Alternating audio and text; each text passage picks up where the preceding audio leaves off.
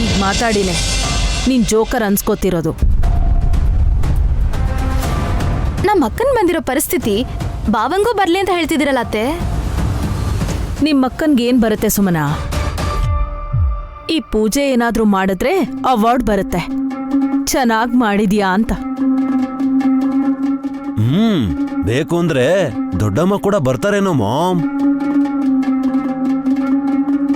ಸ್ವಲ್ಪನೂ ಅರ್ಥ ಇಲ್ದಿರೋ ಮಾತಿಗೆ ಯಾವ ಅದ್ಭುತನೂ ನಡೆಯೋದಿಲ್ಲ ಬಾವಾ.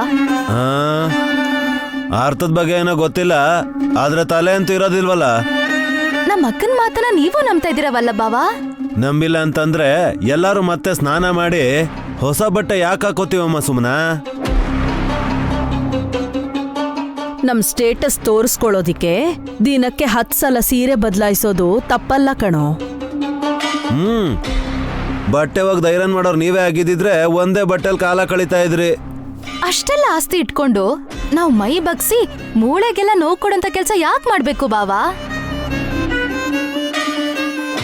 ನಿನ್ನನ್ ಬಿಟ್ಟು ಎಲ್ರೂ ಶ್ರೀಮಂತರೇ ಸುಮನಾ. ನನ್ಗೂ ಟೈಮ್ ಬರೋದಿಲ್ವಾ? ನಾನು ರಿಚ್ ಆಗೋದಿಲ್ವಾ ಅತ್ತೆ? ಹುಚ್ಚರಾಗಿ ಹೋಗ್ತಾ ಇದೀವಿ ನಿಮ್ಮ ಅಕ್ಕ ಮಾಡ್ತಿರೋ ಕೆಲ್ಸಕ್ಕೆ.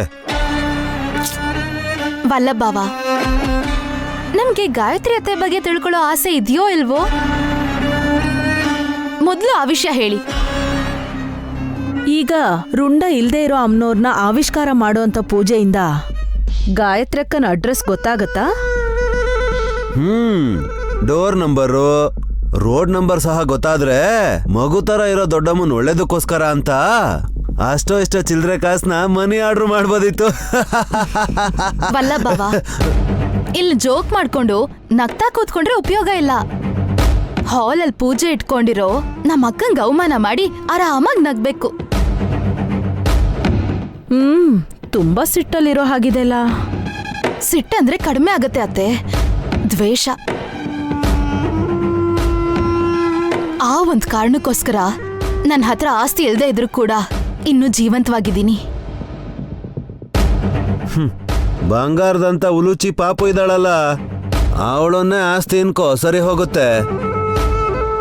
ಅದು ಮಾತ್ರ ಖಂಡಿತ ಸಾಧ್ಯ ಇಲ್ಲ ಬಾವಾ. ನಾನ್ ಹೋಗಿ ಹಗ್ಲಲ್ಲಿ ಮನುಷ್ಯ ರೂಪದಲ್ಲಿರೋ ಹೆಣ್ಮಗುವನ ಆಸ್ತಿ ಅಂತ ಅನ್ಕೋಬೇಕಾ ಹೇಳಿ?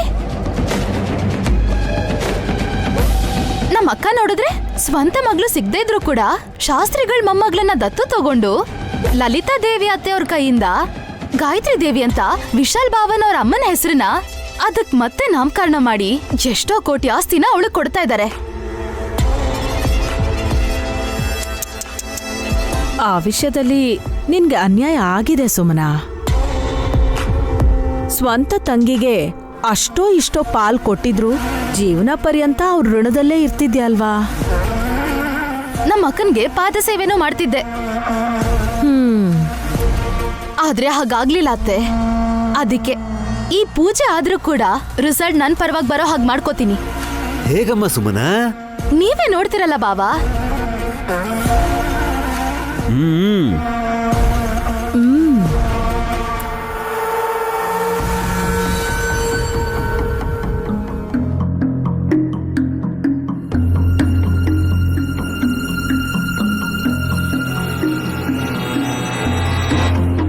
ಹಸಿನಿ, ನಾನು ಹೇಳಿದ್ದೆಲ್ಲ ಸಿದ್ಧ ಮಾಡ್ಕೊಂಡಿದ್ಯಲ್ಲ? ಯುದ್ಧಕ್ಕೆ ಬೇಕಾದ್ರೂ ರೆಡಿ ಡಮ್ಮಕ್ಕ. ಪೂಜೆಗೆ ಒಳ್ಳೆ ಬಟ್ಟೆ ಹಾಕೊಂಡು ರೆಡಿ ಆದ್ರೆ ಸಾಕಲ್ವೇನಮ್ಮ? ನೀನೇನ್ ಯೋದ್ಧಾಗಿದ್ದ ಅಂತ ಇದ್ಯಾ? ಮಾವ, ಅಲ್ಲಿ ನಮ್ಮ ಮಾಮ್ ಬರ್ತಾರಲ್ಲ. ಓ, ವಿಕ್ರಾಂತ್ ಅರ್ಥ ಮಾಡ್ಕೊಳ್ಳೋ ತರ ನನ್ನನ್ ಯಾರು ಅರ್ಥ ಮಾಡ್ಕೊಳ್ಳಲ್ಲ. ಹೇಗಿದ್ದಾರೆ ನಿಮ್ಮ ಮಮ್ಮಿ? ಅವ್ರಿಗೇನ್ ಕಡಿಮೆ ಆಯ್ತ್ಗೆ? ವೇಟ್ ಬಗ್ಗೆ ಕೇಳಲಿಲ್ಲ ವಿಕ್ರಾಂತ್. ಈ ತರ ಪೂಜೆ ಮಾಡ್ತಿರ್ಬೇಕಾದ್ರೆ ತಡಿಯಕ್ ನೋಡ್ಲಿಲ್ವಾ ಅವರು ಅಂತ. ಇದ್ರಲ್ಲಿ ಯಾರಿಗೆ ಯಾವ ಕಷ್ಟ ಆಗತ್ತಕ್ಕ ಬೇಜಾರ್ ಮಾಡ್ಕೊಳಕ್ಕೆ? ಯಾರು ಬೇಜಾರು ಮಾಡ್ಕೊಳಲ್ಲಮ್ಮ. ರುಂಡ ಇಲ್ದೇರೋ ಅಮ್ಮನವ್ರ ಪೂಜೆ ಮಾಡಿದ್ರೆ ಮಾತ್ರ ಮೆಚ್ಕೋತಾರಮ್ಮ. ಆ ಏರ್ಪಾಡೆಲ್ಲ ಒಂದ್ ಕಡೆಗೆ ಆಗ್ತಾನೆ ಇದೆ ಚಿಕ್ಕಪ್ಪ. ನಿಜವಾಗ್ಲೂನಾ? ಯಾರು ಮಾಡ್ತಿರತ್ಗೆ? ವಿಶಾಲ್. ಇಂಟ್ರೆಸ್ಟಿಂಗ್. ನೀನ್ ಹೆಂಡತಿ ಮಾಡಿದ್ರೆ ಇನ್ನೂ ಆಶ್ಚರ್ಯ ಪಡ್ತಿದ್ಯಾ ಅಲ್ವಾ ವಿಕ್ರಾಂತ್? ಸುಮ್ಮನೆ ಕೈಯಲ್ಲಿ ಮೊಬೈಲು, ಇನ್ನೊಂದು ಕೈಯಲ್ಲೇ ಲಿಪ್ಸ್ಟಿಕ್ ಇರುತ್ತೆ ಹೊರತು ಶ್ಲೋಕದ ಪುಸ್ತಕನೋ ಅಥವಾ ಗಂಟೆನೋ ಏನೂ ಇರಲ್ಲ. ಪರವಾಗಿಲ್ಲ ಬಿಡಿ ವಿಕ್ರಾಂತ್ ಅವರೇ, ಈ ಪೂಜೆಯಲ್ಲಿ ಪಾಲ್ಗೊಂಡ್ರೆ ಸಾಕು, ಪುಣ್ಯ ಬರುತ್ತೆ. ಎಲ್ಲದಕ್ಕಿಂತ ಮೊದಲು ಗಾಯತ್ರಿ ದೇವಿ ಎಲ್ಲಿದ್ದಾಳೆ ಅಂತ ನಿಮಗೆ ಗೊತ್ತಾಗುತ್ತೆ. ಅದೇ ಅಲ್ವಾ ನನ್ನ ಟೆನ್ಷನು.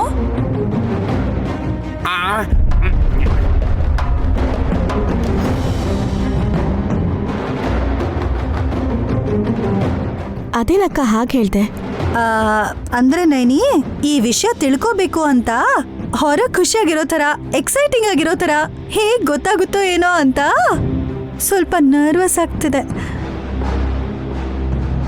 ನೋಡೋಣ ಇರಮ್ಮ ಏನಾಗತ್ತೆ ಅಂತ.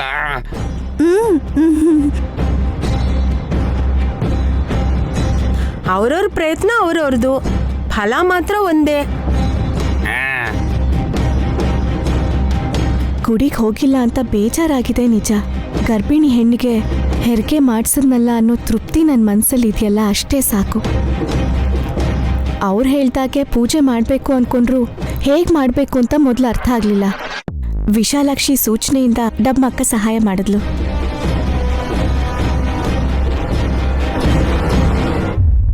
All right. ಹೌದು, ವಿಶಾಲಾಕ್ಷಿ ಇಲ್ಲಿ ಕಾಣಿಸ್ತಾನೆ ಇಲ್ಲ. ಅಮ್ಮ ಧ್ಯಾನ ಮಾಡ್ತೀನಿ ಅಂತ ಹೇಳಿದ್ದಾರೆ ವಿಕ್ರಾಂತ್. ಈ ಕೆಲಸ ನಿಂದೆ ಅಂತ ನಂಗೆ ಹೇಳಿದಾಳೆ. ಓಹೋ, ನಾವೆಲ್ಲ ಈ ಪೂಜೆಯಲ್ಲಿದ್ರೆ ತಂಗ್ಯವ್ವ ಮಾತ್ರ ಅವಳ ಪೂಜೆಯಲ್ಲಿದ್ದಾಳೆ ಅಂದಂಗೆ ಆಯ್ತು. ಓಂ ನಮ ಶಿವಾಯ, ಓಂ ನಮ ಶಿವಾಯ, ಓಂ ನಮ ಶಿವಾಯ, ಓಂ ನಮ ಶಿವಾಯ. ಎಲ್ರೂ ಈ ಶುಭ ಕಾರ್ಯನ ಹೇಗ್ ನಡೆಸ್ತಾರೆ ಅಂತ ತಲೆ ಓಡಿಸ್ತಾ ಇದ್ರೆ ಅಮ್ಮ ಮಾತ್ರ ತಲೆ ಹಾಕಿದ್ರು.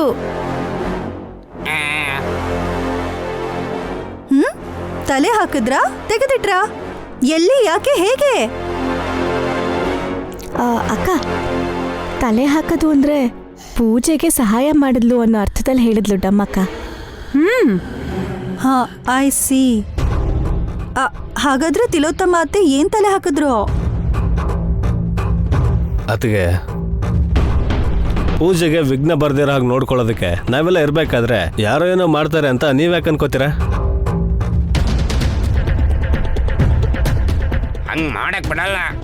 ಡಮ್ಮೋ ಡಮ್ಮ, ನಿಮ್ ಕೆಲ್ಸ ನೀವೇ ಮಾಡಿ. ಬನ್ನಿ ಬನ್ನಿ. ನಡೀರಿ.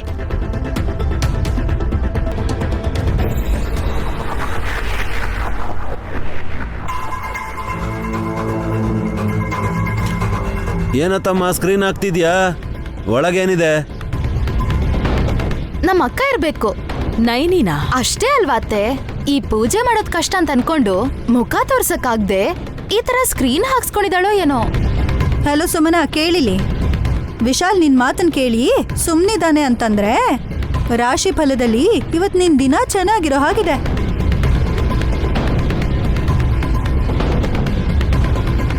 ನೈನಿ ಇವ್ರಗಳ ಜೊತೆ ಬಂದ್ಲಲ್ಲ.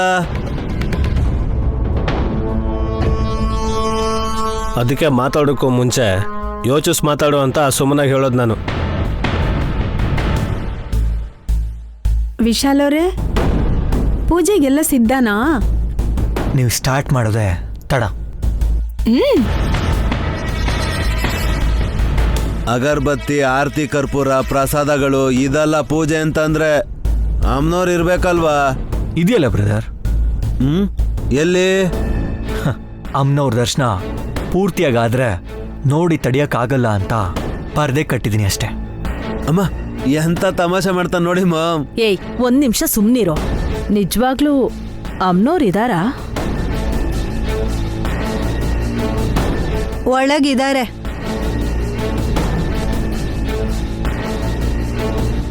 ಪರದೆ ತೆಗೆದ್ರೆ ರುಂಡ ಇಲ್ದಾರೋ ಅಬ್ನವ್ರು ಕಾಣಿಸ್ತಾರೆ.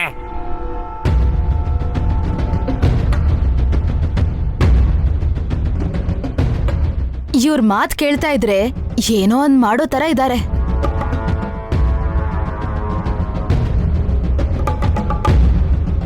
ಅಮ್ಮನ್ ಕೃಪೆ ಇದ್ರೆ ಎಲ್ಲ ಒಳ್ಳೇದೇ ಆಗುತ್ತೆ. ಬ್ರೋ, ಅಮ್ಮನವ್ರಿಗೆ ನೀನು ಅಲಂಕಾರ ಮಾಡಿದ್ರೆ ದೊಡ್ಡಮ್ಮನ ಬಗ್ಗೆ ನಮ್ಗೆಲ್ರಿಗೂ ಗೊತ್ತಾಗುತ್ತೆ. ಅಫ್ಕೋರ್ಸ್ ಕಣೋ.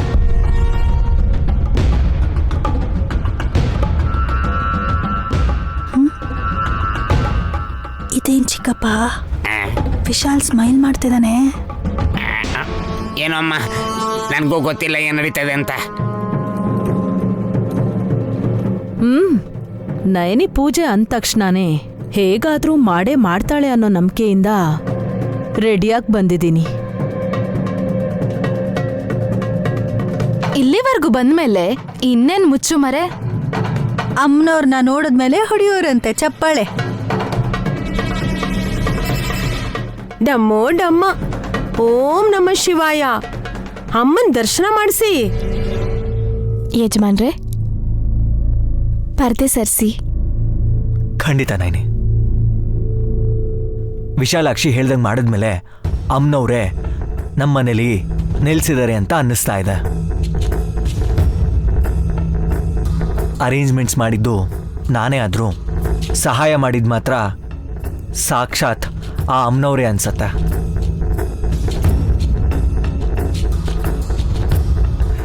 ಮಾಮ್ ನೋಡಿ, ವಲ್ಲಭ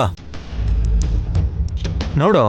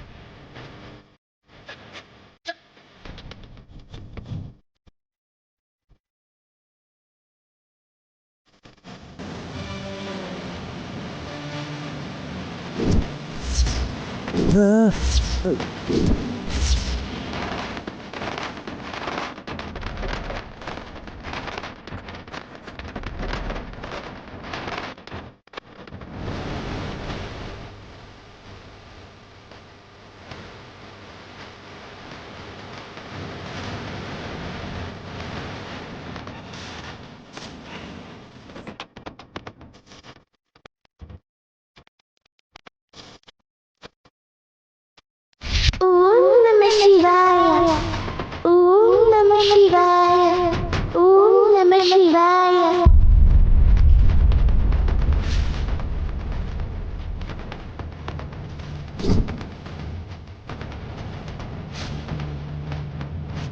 ಓಂ ನಮ ಶಿವಾಯ.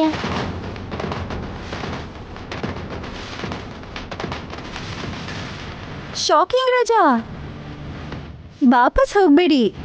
ಕಣ್ಮಿಟಕ್ಸ್ದೆ ಅಮ್ಮನವ್ರನ್ನ ನೋಡಿದ್ರೆ ಹೊಟ್ಟೆ ಉರಿಯಿಂದ ಸುಟ್ಟೋಗಿರೋ ಕಣ್ಣು ಸರಿ ಹೋಗುತ್ತೆ. ಇದೇನ್ ಮ್ಯಾಮ್ ಹೀಗ್ ಮಾಡ್ತಿದ್ದಾರೆ? ಅಮ್ನೋರು ಅಂತ ಹೇಳಿದ್ರಿ?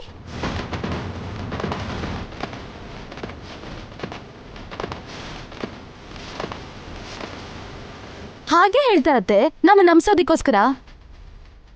ಇದ್ರಲ್ಲಿ ನಿಮ್ಗೆ ಅನುಮಾನ ಏನಾದರೂ ಇದ್ರೆ ನಿಮ್ಮ ಮನ್ಸಲ್ಲಿ ಸ್ವಲ್ಪನೂ ಭಕ್ತಿ ಭಾವನೆ ಇಲ್ಲ ಅಂತ ಅರ್ಥ. ರುಂಡ ಇಲ್ದಾರ ಅಮ್ಮನವ್ರು ಅಂತ ಹೇಳಿ ತಲೆ ಹತ್ರ ಗಿಡ ಇಟ್ಟಿದಾರಲ್ಲ ಇವರು. ಬ್ರೋ, ಪವಿತ್ರವಾಗಿರೋ ತುಳಸಿ ಗಿಡ. ಈ ನಮ್ ತಲೆ ಹರಟೆಗೆ ತುಳಸಿ ಕಟ್ಟೆ ಬೆಲೆ ಏನ್ ಗೊತ್ತಾಗತ್ತೆ? ಏಯ್, ತುಳಸಿ ದೇವಿನ ಪ್ರತಿದಿನ ಪೂಜಿಸ್ತಾನೆ ಇರ್ತೀವಿ ನಾವು. ರುಂಡ ಇಲ್ದೇ ಇರೋ ಅಮ್ಮನವರು ಹೇಗಿರ್ತಾರೆ ಅಂತ ಯೋಚನೆ ಶುರು ಆದಾಗ ವಿಶಾಲಾಕ್ಷಿ ನಮಗ ಉಪಾಯ ಹೇಳಿದ್ಲು. ಸೀರೆ ಉಡ್ಸಿ ಹಿಂದೆ ಒಂದ್ ಗಿಡ ಇಟ್ಬಿಟ್ರೆ ಅದನ್ನ ನಂಬೋದಕ್ ನಾವು ಹುಚ್ಚರು ಅನ್ಕೊಂಡಿದ್ಯಾಕ? ನಿನಗಲ್ಲಿ ಅಮ್ಮನವ್ರು ಕಾಣಿಸ್ತಾ ಇಲ್ವಾ? ನಿಂಗ್ ಕಾಣಿಸ್ತಿದಾರಾ? ನೋಡೋ ದೃಷ್ಟಿಯಲ್ಲಿ ಆ ರೀತಿ ಅನ್ಸಿತ್ ಸುಮನ.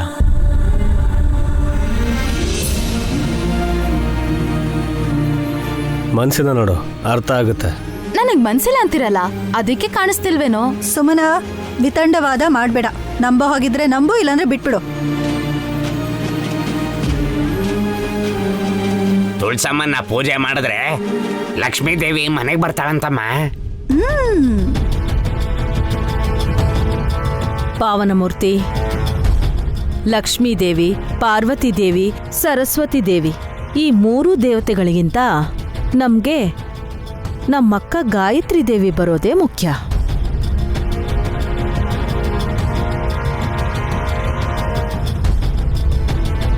ಪೂಜೆ ಮಾಡಕ್ ಬಿಟ್ರೆ ಅಲ್ವೇನಮ್ಮ ಗಾಯತ್ರಿ ದೇವಿ ಬರೋದು. ಏನು ಇವಾಗ ಪೂಜೆ ಮಾಡಿದ್ರೆ ದೊಡ್ಡಮ್ಮಂಗ್ ರೆಕ್ಕೆ ಬಂದ್ಬಿಟ್ಟು ಹಾರ್ಕೊಂಡು ಬರ್ತಾರಾ? ಬರ್ತಾಳೆ ಅನ್ನೋ ನಂಬಿಕೆ ನನಗಿದೆ.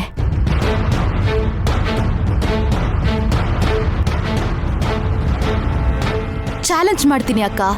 ದೊಡ್ಡತ್ತೆ ಏನಾದ್ರೂ ಬಂದ್ರೆ ನೀನ್ ಹೇಳಿದ ಮಾತನ್ನೆಲ್ಲ ಕೇಳ್ತೀನಿ.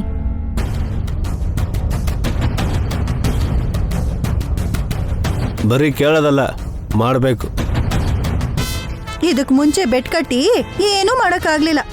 ಸ್ವಂತ ತಂಗಿ ಆಗಿರೋದ್ರಿಂದ ನೈನಿ ಸುಮ್ಮನೆ ಇದ್ಲು.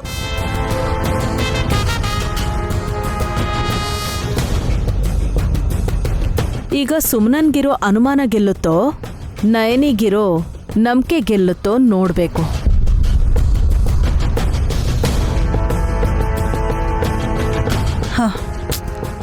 ನೈನಿ, ನೀನ್ ಪೂಜೆ ಮಾಡು. ಇವರೆಲ್ರಿಗೂ ಬಾಯಿ ಮುಚ್ಚಿಸ್ಬೇಕು. ಗಾಯತ್ರಿ, ನೀನ್ ಮಲ್ಕೊಳು ಅಂತೆ. ಬಾ ಅಮ್ಮ, ಬಾ. ಏಯ್ ನಿಲ್ಲೋ. ಇಲ್ಲಿ ಪೂಜೆ ಮಾಡ್ತಿರ್ಬೇಕಾದ್ರೆ ನಿನ್ ಮಗುನ್ ಕರ್ಕೊಂಡು ಯಾಕೆ ರೂಮ್ಗೆ ಹೋಗ್ತೀಯಾ? ಗಾಯತ್ರಿ ಅತ್ತೆ ಬರ್ತಾರೆ ಅಂತ ಹೇಳಿದ್ರಲ್ವಾ? ಬರ್ತಿರೋದು ದೇವತೆ ಅಂದ್ಮೇಲೆ ಚಿಕ್ಕ ಮಕ್ಳನ್ನು ಕೂಡ ದೇವ್ರಿಗೆ ಸಮಾನ ಅಂತ ಅಂದ್ಮೇಲೆ ಈ ಮಗುನು ಇರ್ಲಿ ಬಿಡಕ್ಕ. ಗಾಯತ್ರಿ ಇಲ್ಲಿದ್ರೆ ಬರೋ ಗಾಯತ್ರಿ ಅತ್ತೆ ಕನ್ಫ್ಯೂಸ್ ಆಗ್ತಾರಲ್ವಾ?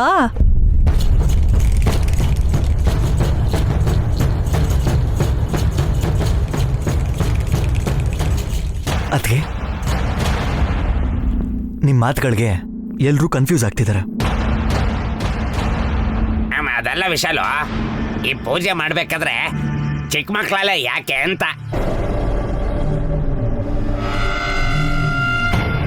ಏನು ಪರವಾಗಿಲ್ಲ, ಇರ್ಲಿ ಬಿಡು. ನಿಮ್ಮಿಷ್ಟ. ಅದಾದ್ಮೇಲೆ ಏನೇ ಆದ್ರೂ ನನಗ್ ಗೊತ್ತಿಲ್ಲ, ಹೇಳ್ತಿದ್ದೀನಿ. ಒಳ್ಳೇದೇ ಆಗತ್ತೆ ಅಕ್ಕ. ನಿನಗ್ ಗೊತ್ತಾಗುತ್ತಲ್ಲ ನಯನಿ, ಏನಾದ್ರೂ ಅಪಾಯ ಆಗತ್ತೆ ಅಂದ್ರೆ?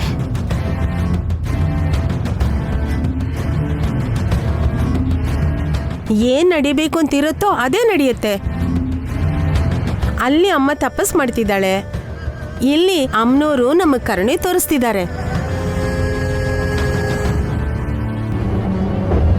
ಓಂ ನಮಃ ಶಿವಾಯ, ಓಂ ನಮಃ ಶಿವಾಯ, ಓಂ ನಮಃ ಶಿವಾಯ.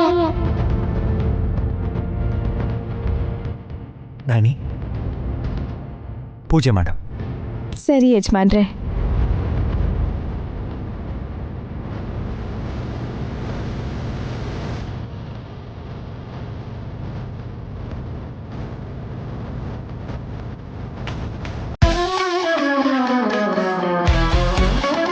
ಅದೇ ತುಳ್ಸಮ್ನವ್ರಿಗೆ ದೃಷ್ಟಿ ತಾಗೋ ಥರ ಇದೆ. ಇವರು ಕಣ್ ಮಿಟಿಕ್ಸ್ದೆ ನೋಡ್ತಿದಾರಲ್ವಾ, ದೃಷ್ಟಿ ಆದ್ರೂ ಆಗ್ಬೋದು. ಉಪ್ಪು ಮೆಣಸಿನ್ಕಾಯಿ ತಾರಲ್ಲ, ಅದನ್ನ ತಗೊಂಬನ್ನಿ. ಅದೇ ಮಾವ, ನೀವು ಹೋಗಿ ತಗೊಂಬನ್ನಿ. ಆಯ್ತು ವಿಶಾಲು, ನೀನ್ ಬಾಮ್ಮ. ಏನ್ ನಡೀತಾ ಇದೆ?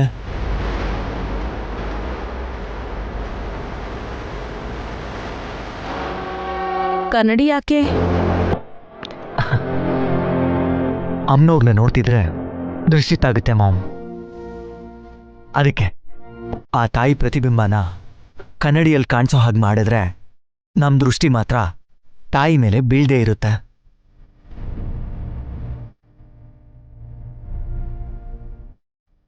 ದೇವಸ್ಥಾನದಲ್ಲಿ ಹಾಗೆ ಮಾಡ್ತಾರೆ, ಮನೇಲೂ ಇದೇ ತರ ಮಾಡ್ತಿರೋದು ಇದೇ ಫಸ್ಟ್ ಟೈಮ್ ಅನ್ಸುತ್ತೆ.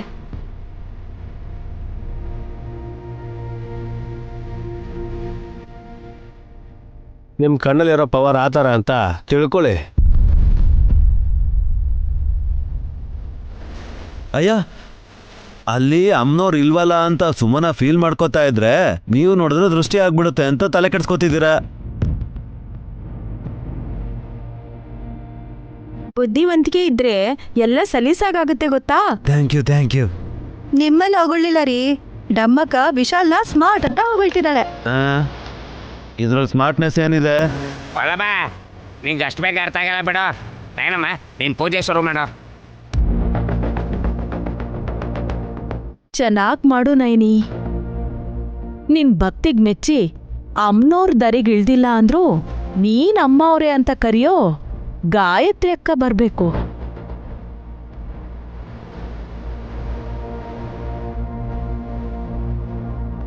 ಚಿಕ್ಕ ಮಗುವಾಗೆ ಬರಬೇಕು.